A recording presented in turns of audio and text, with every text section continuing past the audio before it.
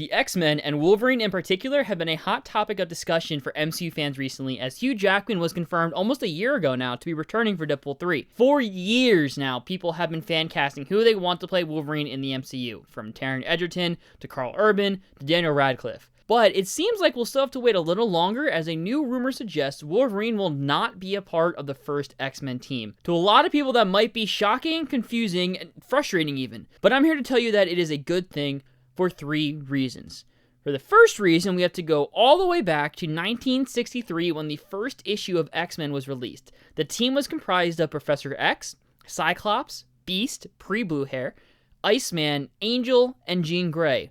Wolverine wasn't even first introduced into Marvel Comics until 11 years later in 1974 in The Incredible Hulk, and he didn't join the X-Men until Giant Size X-Men in 1975. Now, I'm not saying the MCU is going to adapt and take most inspiration from the 1963 X-Men run, but there is precedent for Wolverine to not be on the X-Men team, at least in the beginning. You might be saying, though, but dingus, what about the Wolverine Easter egg in She-Hulk? Good question. For those of you who are not aware, in episode 2 of She-Hulk, when she is scrolling through an article, on the side of her computer screen is the headline saying, "Man fights with metal claws in bar brawl."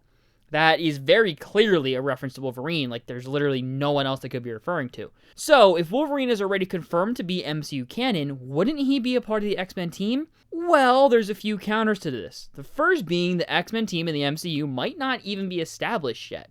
When they eventually are established, it doesn't mean they'll find and bring together every single member of the X-Men in the comics. Another counter is that Wolverine could have just rejected the offer to join the X-Men. I mean, it wouldn't be the first time we've seen that happen in live action. And then there's just the option that this is purely just a fun Easter egg and not meant to be thought of as full canon, which is honestly the most likely scenario with this particular Easter egg. All of that to say, just because Wolverine isn't on the team, it doesn't mean it'll be bad, and it doesn't mean he won't join the MCU eventually. The second reason why this is a good thing is because, contrary to what the Fox movies want you to think, Wolverine is not the main character of the X-Men. He's not even close to the top. I love Hugh Jackman's Wolverine. He's one of my favorite characters ever, but none of the other X-Men were given their time to shine because it became Wolverine and Friends. Now, sure, this could be my personal bias, but if there was a quote-unquote main character of the X-Men, it would be Cyclops.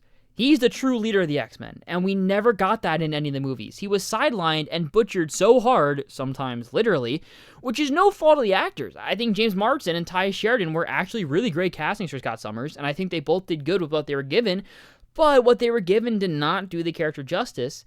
And Cyclops isn't the only X-Men in this situation. Practically every X-Men was not done justice because the main focus was always Wolverine. If Wolverine isn't a part of the first team, it gives the other characters so much more time and room for development, and when Wolverine eventually does show up, there isn't really a lot of character work to be done to introduce him since everyone is so familiar with the character to start off. Like how they didn't redo Spider-Man or Batman's origins, everyone is so familiar with those characters, there's no reason to start from scratch. And the final reason is simply to have some breathing room between Hugh Jackman playing the character and whoever ends up getting cast as the main MCU version. Hugh Jackman as Wolverine is one of the most iconic castings of all time, and it seems like he's going to be around until Secret Wars. It also seems like the MCU won't be introducing their version of the X-Men until after Secret Wars. If we just went right from seeing Hugh Jackman as Wolverine to the new MCU Wolverine within the span of 1 to 2 years, a lot of people are going to be more closed off to the new casting, opposed to if there was a little more breathing room in between.